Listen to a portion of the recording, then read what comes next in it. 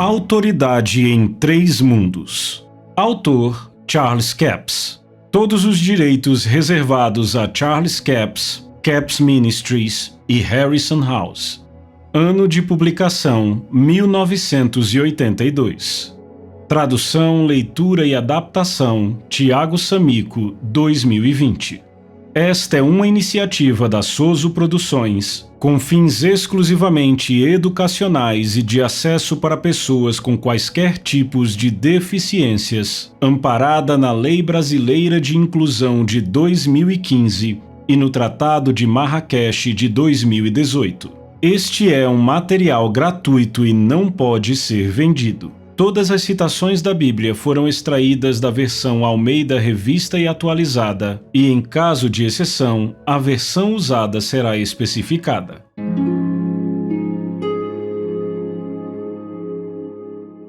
Introdução.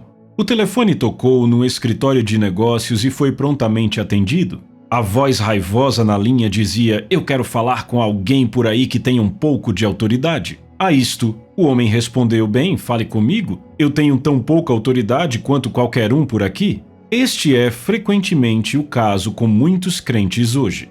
Eles se veem com tão pouca autoridade que nem ousam exercê-la. Autoridade em Três Mundos é dedicado ao corpo de Cristo. Ele não tem a intenção de perpetrar uma doutrina ou gerar qualquer controvérsia. Ele simplesmente traz um quadro completo de algo que muitos têm apenas uma pequena parte.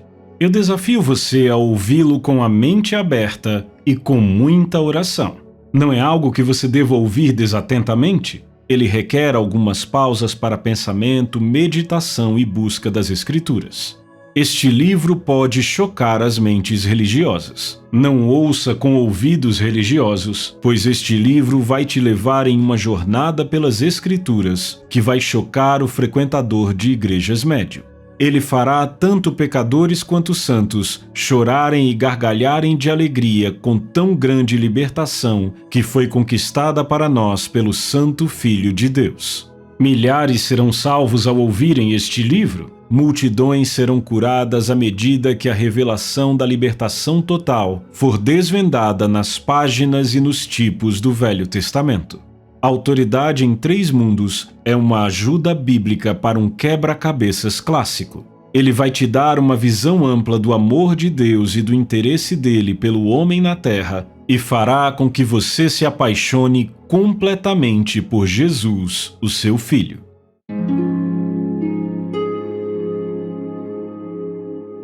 Capítulo 1. Homem sob autoridade. As pessoas do mundo ainda não viram a autoridade dada a elas através de Jesus Cristo. Elas também não aceitaram a autoridade que é legitimamente delas por serem nascidas na terra. O homem foi criado à semelhança de Deus para ter comunhão com a divindade. Ele foi a coroa de toda a criação. Ele possuía habilidades além da nossa compreensão e ainda assim falhou porque quebrou a palavra de Deus. Quando Adão dobrou seu joelho para Satanás, ele perdeu sua autoridade espiritual. Vamos começar com Mateus 8, de 5 a 10, e usar isto como um ponto de partida para a autoridade. Tendo Jesus entrado em Cafarnaum, apresentou-se-lhe um centurião implorando: "Senhor, o meu criado jaz em casa de cama, paralítico, sofrendo horrivelmente." Jesus lhe disse: "Eu irei curá-lo." Mas o centurião respondeu: "Senhor, não sou digno de que entres em minha casa, mas apenas manda com uma palavra e o meu rapaz será curado? Pois também eu sou homem sujeito à autoridade, tenho soldados às minhas ordens e digo a este vai e ele vai, e a outro vem e ele vem, e ao meu servo faze isto e ele o faz." Ouvindo isto, admirou-se Jesus e disse aos que o seguiam: "Em verdade vos afirmo que nem mesmo em Israel achei fé como esta." Esse homem era um gentio. Ele não era um homem da aliança. Ele era um estrangeiro naquela época e não tinha bases legais para chegar a Jesus. O evangelho foi para o judeu primeiro, depois para o gentio. Até mesmo quando Jesus enviou seus discípulos para pregar, ele disse: "Não tomeis rumo aos gentios, nem entreis em cidades de samaritanos, mas, de preferência, procurai as ovelhas perdidas da casa de Israel." Mateus 10, 5 e 6. Aquele homem não estava incluído na aliança, mas Jesus disse: "Eu irei curá-lo." O centurião disse a Jesus que ele não precisava andar até a sua casa. Naqueles dias, Jesus não podia pegar um avião ou um trem. Ele teria que ir andando ou montado num burro, e se você já cavalgou um burro, sabe que é melhor andar. O centurião disse a Jesus: Senhor, não sou digno de que entres em minha casa, mas apenas manda com uma palavra e o meu rapaz será curado. Pois também eu sou homem sujeito à autoridade, tenho soldados às minhas ordens, e digo a este vai e ele vai, e a outro vem e ele vem, e ao meu servo faze isto e ele o faz. Esta é a maior forma de fé. Eu perguntei ao Senhor, por que o centurião tinha esse tipo de fé ainda que não estivesse incluído na aliança? O Senhor respondeu, ele era um militar que entendia de autoridade porque estava debaixo de autoridade. Se você ensinar meu povo para que entendam sobre autoridade como este homem entendeu, eles vão operar no mesmo tipo de fé.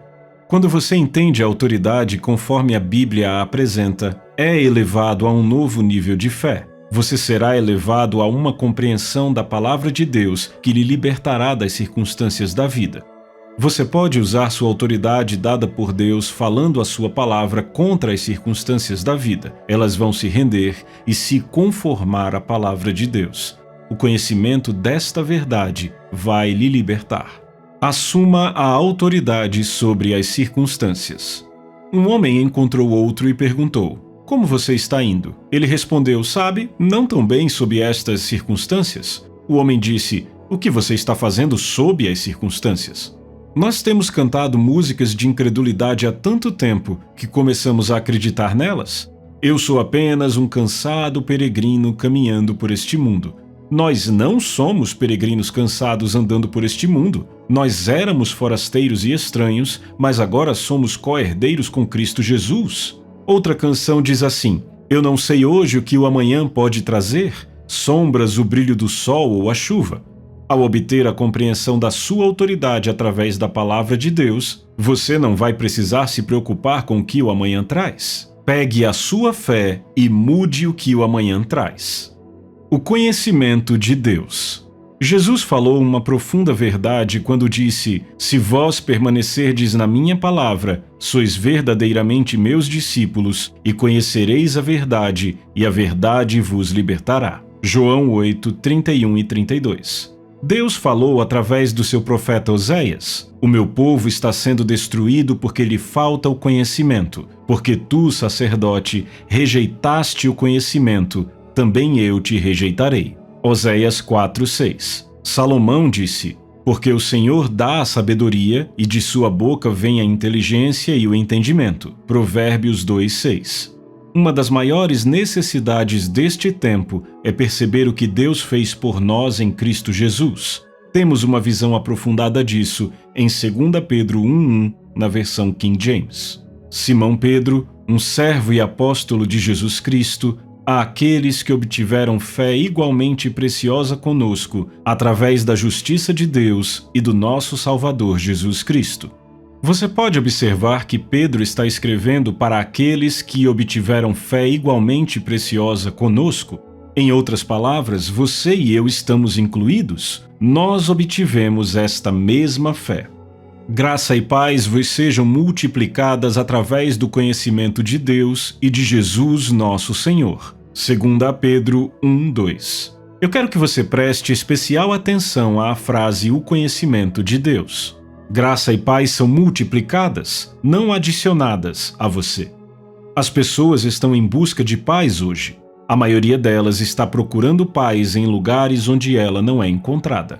Note que a paz é multiplicada para nós através do conhecimento de Deus e através do conhecimento de Jesus, nosso Senhor. Visto como, pelo seu divino poder, nos têm sido doadas todas as coisas que conduzem à vida e à piedade, pelo conhecimento daquele que nos chamou para a glória e virtude.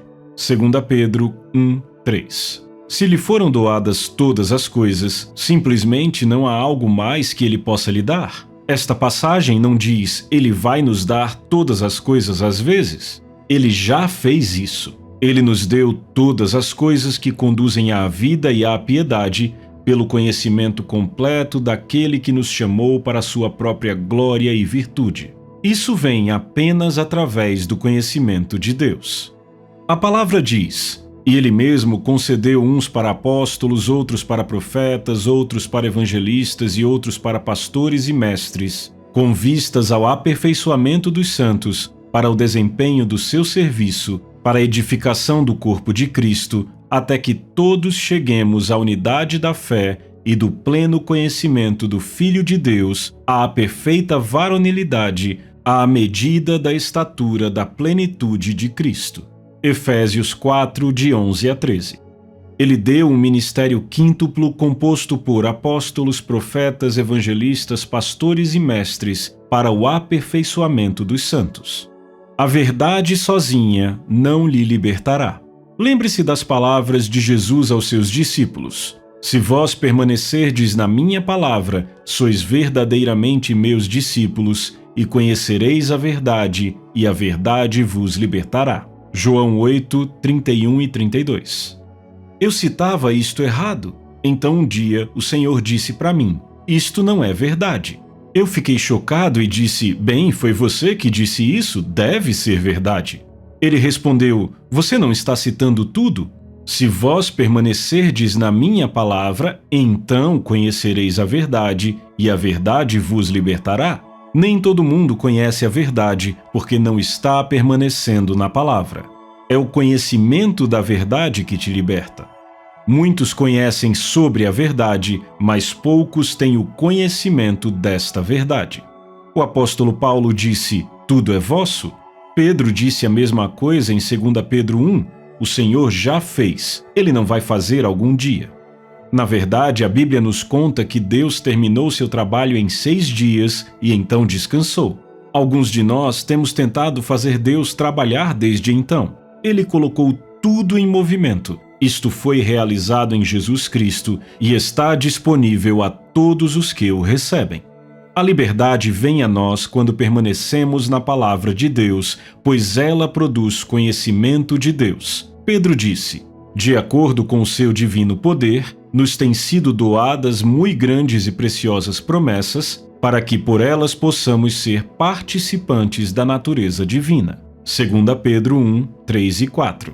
Ele não disse que você teve que ser participante. Ele disse que você pode ser participante. Está disponível para você. Como participante da natureza divina, você é capaz de operar no mesmo nível de fé de Deus. O homem foi criado para ter comunhão com Deus, o Pai.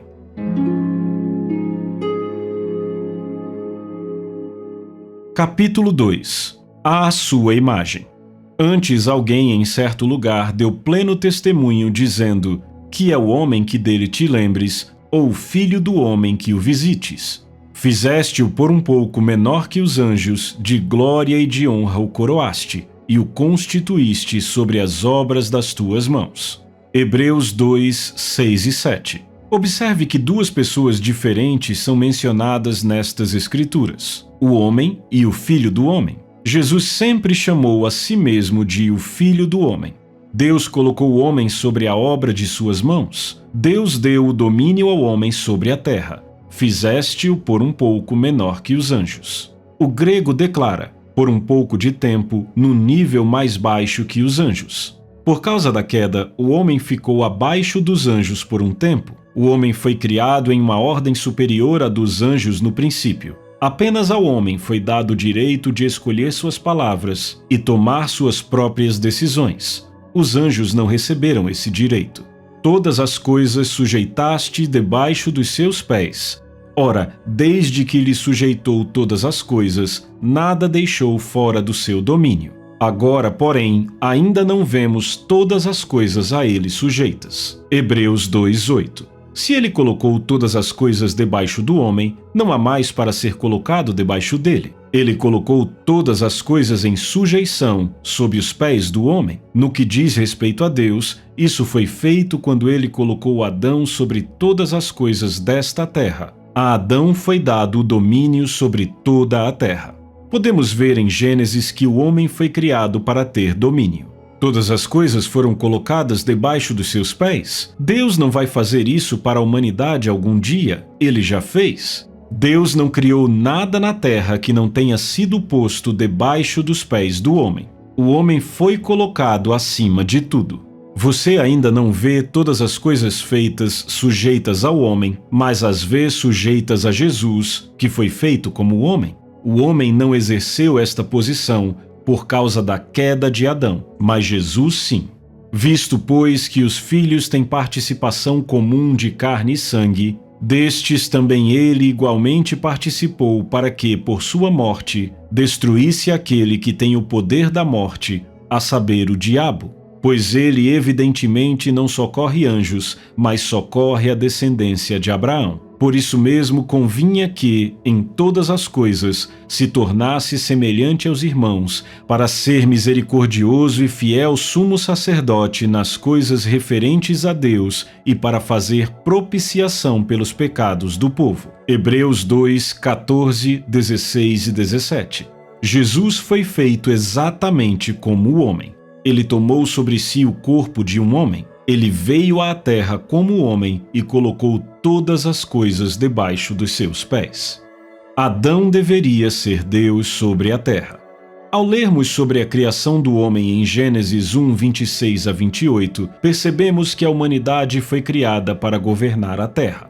Também disse Deus: façamos o homem à nossa imagem, conforme a nossa semelhança. Tenha ele domínio sobre os peixes do mar, sobre as aves dos céus, sobre os animais domésticos, sobre toda a terra e sobre todos os répteis que rastejam pela terra. Criou Deus, pois, o homem à sua imagem, a imagem de Deus o criou, homem e mulher os criou. E Deus os abençoou e lhes disse: sede fecundos, multiplicai-vos, enchei a terra e sujeitai-a. Dominai sobre os peixes do mar, sobre as aves dos céus e sobre todo animal que rasteja pela terra. Observe no versículo 26 a palavra toda, sobre toda a terra e sobre todos os répteis que rastejam pela terra.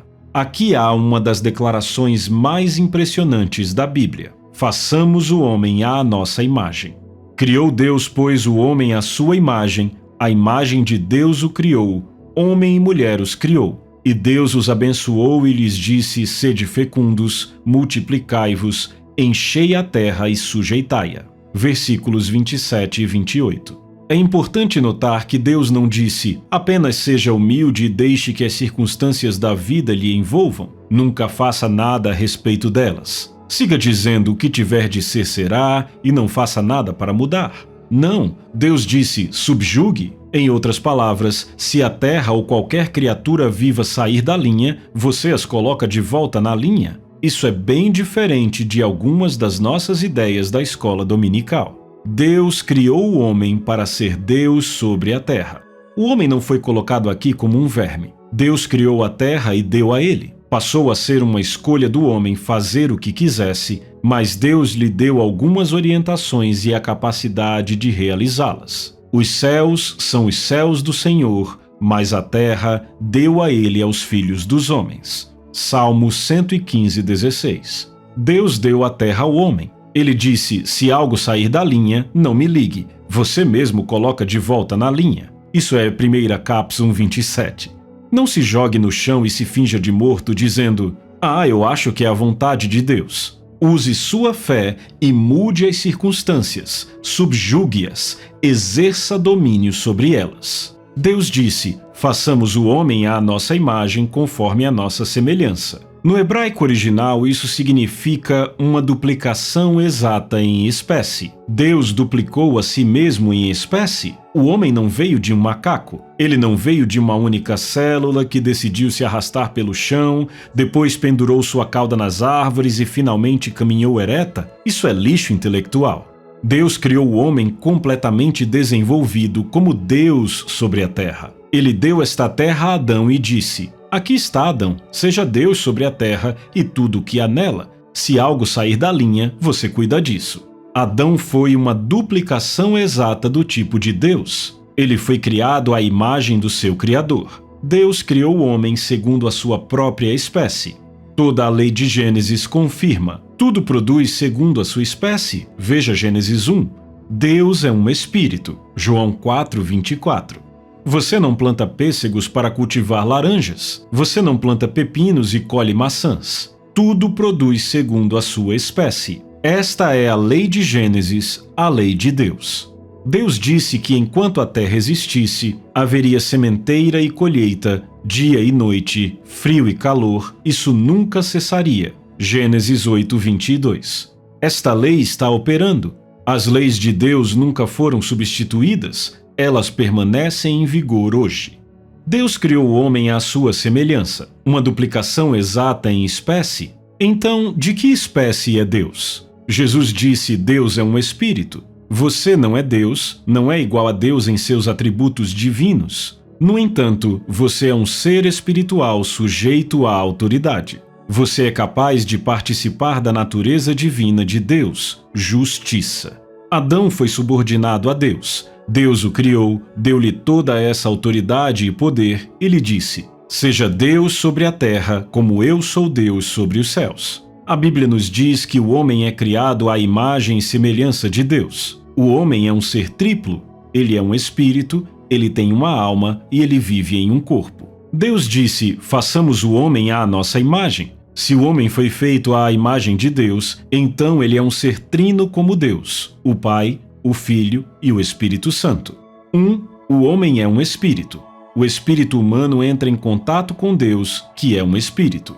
2. O corpo se relaciona com Jesus, que foi a manifestação física de Deus nesta terra. 3. A alma do homem, que é composta pela vontade, mente e emoções, se relaciona com o Espírito Santo, que é chamado de guia e mestre.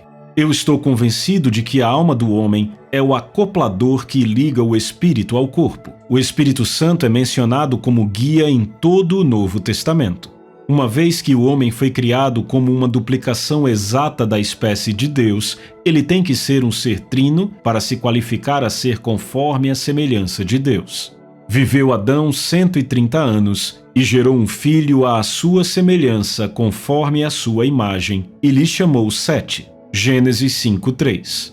Exatamente as mesmas palavras usadas para descrever os filhos de Adão são usadas por Deus para descrever o homem. O homem foi criado à semelhança de Deus e à sua imagem. Esta é a lei de Gênesis. Se tudo produz segundo o seu tipo, Sete teria que se parecer com Adão. Por que Deus se desviaria da sua lei de estrutura no universo e criaria algo que não era segundo a espécie de Deus? Deus permanece com a sua lei e usa as mesmas palavras para descrever Sete. A criação do homem. Então formou o Senhor Deus ao homem do pó da terra e lhe soprou nas narinas o fôlego de vida, e o homem passou a ser alma vivente. Gênesis 2:7. Observe, ele diz: formou ao homem. Isso não é criação. Alguns dizem que o homem foi criado do pó. Isso não é verdade. Às vezes, somos como um garotinho que ouviu seu professor da escola dominical dizer: do pó viemos e ao pó voltaremos. O menino pergunta: você disse, viemos do pó e vamos voltar ao pó? Sim, foi o que Deus disse. O garotinho responde: bem, eu olhei debaixo da minha mesa e parece que tem alguém indo ou vindo. Alguns têm estado confusos desse jeito em seu pensamento sobre a criação do homem. A Bíblia mostra que Deus formou o corpo do homem do pó da terra. Criar significa trazer à existência. Formar algo não é uma criação. Você pode pegar uma substância existente e formar algo, mas isso não é uma criação. Você pode construir um edifício a partir de árvores. As árvores existiam antes de o edifício ser formado. Os homens não criaram o prédio, eles o construíram, formaram e projetaram a partir de uma substância já existente. Deus tomou algo que ele já havia criado, a terra, e formou o corpo do homem a partir do pó da substância já existente. Ali estava o homem, completo, com olhos, ouvidos, nariz, mãos e pés, um espécime perfeito. Mas ele estava tão vivo quanto uma pedra, não havia vida nele. Se Deus o tivesse soltado, ele teria caído no chão. Não havia vida até que Deus soprou o sopro de vida nele. Deus soprou sua vida em Adão, a vida de Deus. E abençoou Deus o dia sétimo e o santificou, porque nele descansou de toda a obra que, como Criador, fizera. Gênesis 2:3. Deus criou algumas coisas e fez outras. Deus criou a terra, mas fez o corpo do homem. Ele o fez a partir do que ele já havia criado e então deu vida a esse corpo. vida espiritual. A criação veio quando Deus soprou a vida espiritual em Adão. A palavra espírito significa vento ou fôlego. Deus soprou o seu espírito no homem e o homem se tornou uma duplicata exata da espécie de Deus.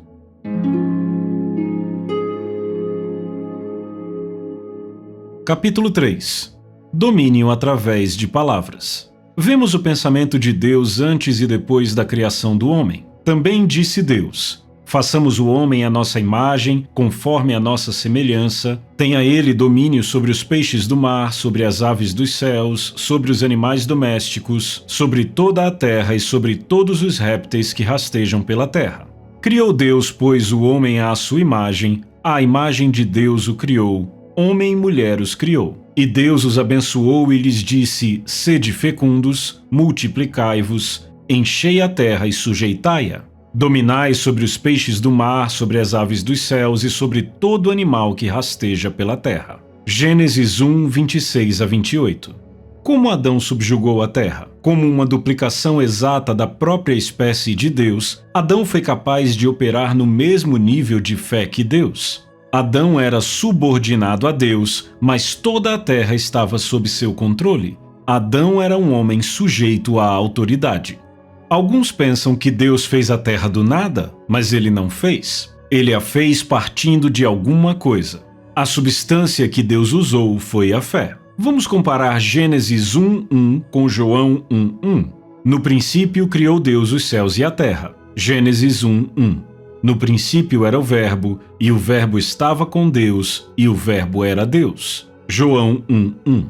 Então João 1:3 diz: todas as coisas foram feitas por intermédio dele, a palavra, e sem ele, a palavra, nada do que foi feito se fez. Deus criou a terra com palavras. Deus usou sua fé quando criou. Ele libera sua fé em suas palavras. Não havia luz ali, até que Deus disse: haja luz. Ele produziu luz com a sua fé. Ele usou suas palavras como um transportador daquela fé. Você encontrará as palavras "e disse Deus" faladas 10 vezes em Gênesis 1.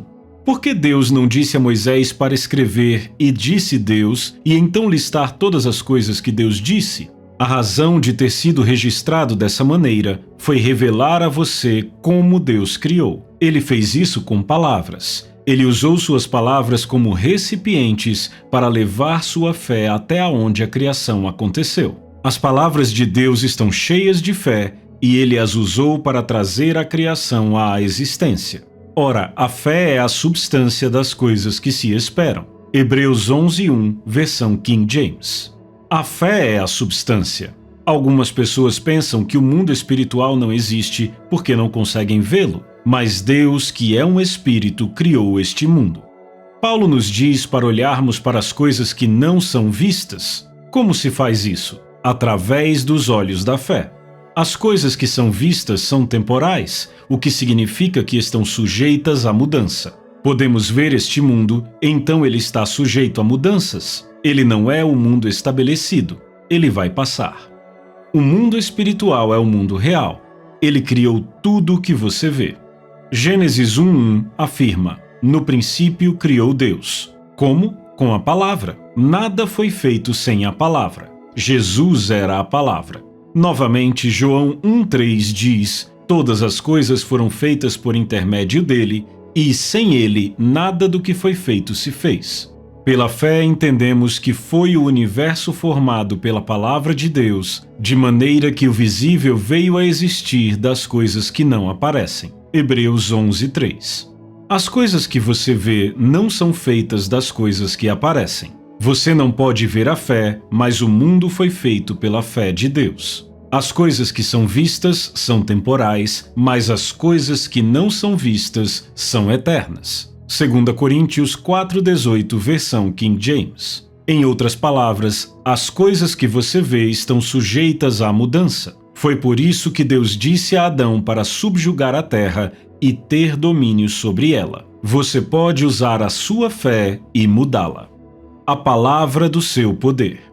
Havendo Deus outrora falado muitas vezes e de muitas maneiras aos pais pelos profetas, nestes últimos dias nos falou pelo Filho, a quem constituiu herdeiro de todas as coisas, pelo qual também fez o universo. Ele, que é o resplendor da glória e a expressão exata do seu ser, sustentando todas as coisas pela palavra do seu poder, assentou-se à direita da majestade nas alturas. Hebreus 1, de 1 a 3. O texto diz que é o resplendor da glória. A glória de quem? A glória de Deus. A expressão exata do seu ser. Jesus é a imagem exata da pessoa de Deus. O texto grego diz uma expressão exata da substância de Deus. Se você quer saber como é Deus, olhe para Jesus. Ele disse, eu e o Pai somos um. João 10:30. Ele quis dizer que ele era a imagem exata, a imagem expressa da pessoa de Deus. O texto também diz, sustentando todas as coisas pela palavra do seu poder. Se ele tivesse dito pelo poder da sua palavra, então você poderia dizer que há algum poder em sua palavra, mas não todo o poder. Mas ele não disse isso. Ele sustenta todas as coisas pela palavra do seu poder. A palavra falada de Deus é o poder dele. Foi sua habilidade criativa de palavras que liberou a sua fé. A luz viaja à velocidade de 300.000 metros por segundo. Na época da criação, Deus chamou à existência mais de 26 bilhões de quilômetros de universo num período de 24 horas. Os cientistas dizem que o universo ainda está se expandindo à velocidade da luz. Há galáxias além do que podemos ver, a milhões de anos-luz de distância. Que vasta extensão Deus pôs em movimento com suas palavras. Deus criou Adão à sua imagem e à sua semelhança. Adão deveria ter domínio sobre a terra, liberando sua fé em palavras, assim como Deus fez com as suas. Deus usou palavras para produzir toda a criação. Ele a colocou em movimento, dizendo, haja. Gênesis 1:3, e houve. A fé de Deus foi transportada por palavras.